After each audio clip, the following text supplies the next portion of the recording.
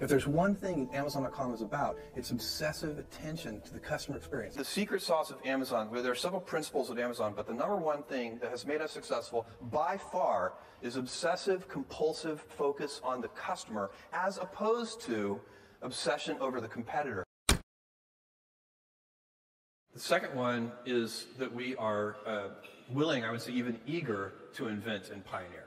So that is, I think that goes along, it marries really well with customer obsession. Customers are always dissatisfied, even when they don't know it, even when they think they're happy, they actually do want a better way, and they just don't know yet what that should be.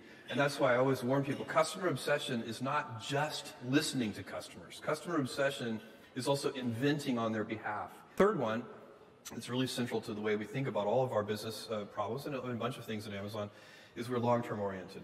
So I ask everybody to not think in 2 to 3 year time frames, but to think in 5 to 7 year time frames, to not think about... Well, so day one, this is a phrase that we use at Amazon all the time. I've been using it in my first annual shareholder letter from 20 years ago. And we say it's always day one.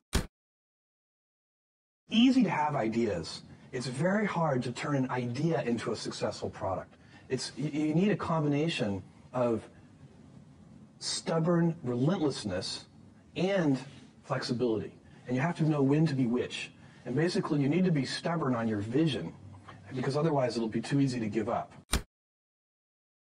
We know from our past experiences that big things start small. The biggest oak starts from an acorn, and you've got to recognize, if you want to do anything new, you've got to be willing to let that acorn grow into a little sapling and then finally into a small tree, and maybe one day it'll be a big business on its own. And in fact, that's one of the mottos for one of your initiatives, and forgive my pronunciation of the Latin, but Gradatim ferociter. What does that mean to you? Well, it means step by step ferociously.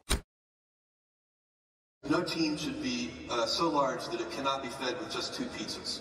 And so obviously to do great things you need big teams, but you need to subdivide them. And the reason that it's so helpful is because there's a natural, we humans grew up around campfires and telling each other stories, and you're sitting at tables tonight that have about 10 people at each table. 10 people, maybe 12 people, is the perfect size to have a natural human coordination without a lot of structure. A little tiny company, say you're a 10-person startup company, every single person in the company is focused on the customer. When you get to be a bigger company, you've got middle managers, and you've got all these layers, and those people aren't on the front lines. They're not interacting with customers every day. They're insulated from customers, and they start to manage not the customer happiness directly, but they start to manage through proxies like metrics and processes, and some of those things can become bureaucratic. So it's very challenging, but one of the things that happens is that decision-making velocity slows down.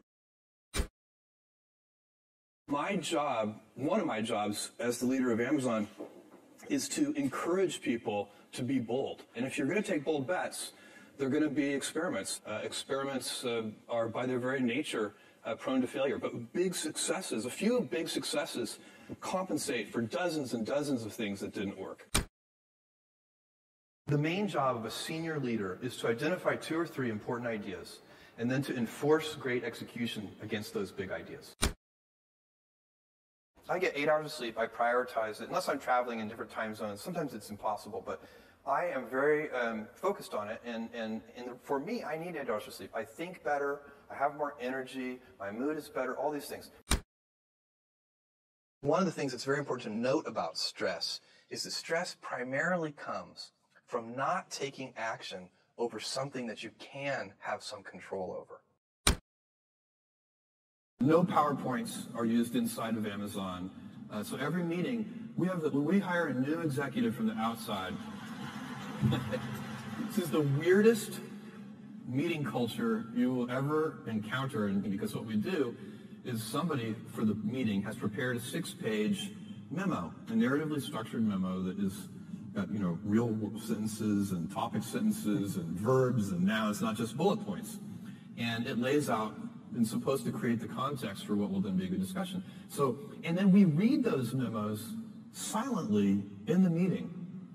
So it's like a study hall. And then we discuss it. And it's so much better than the typical PowerPoint presentation. More generally, what I preach at Amazon to all of our employees is when we are criticized, there's a simple process that you need to go through, which is first you look yourself in the mirror and decide, is your critic right? Do you agree? Are we doing something wrong? If you are, change. And by the way, if you look yourself in the mirror and you decide that your critic is wrong, as we did with the customer reviews, then do not change. All of my best decisions in business and in life have been made with heart, intuition, guts, not analysis. When you can make a decision with analysis, you should do so. But it turns out in life that your most important decisions are always made with instinct, intuition, taste, heart. Do something you're very passionate about. And don't try to chase what is kind of the hot passion of the day. If you go back and study the history of the 1849 gold rush, you find that, at that time, everybody who was within shouting distance of California was, they might have been a doctor, but they quit being a doctor and they started panning for gold. And that almost never works. So you really need to be very clear with yourself. The framework I found, which made the decision incredibly easy, was what I called, which only a nerd would call, a regret minimization framework. So I wanted to project myself forward to age 80 and say, okay, now I'm looking back on my life. I want to have minimized the number of regrets I have.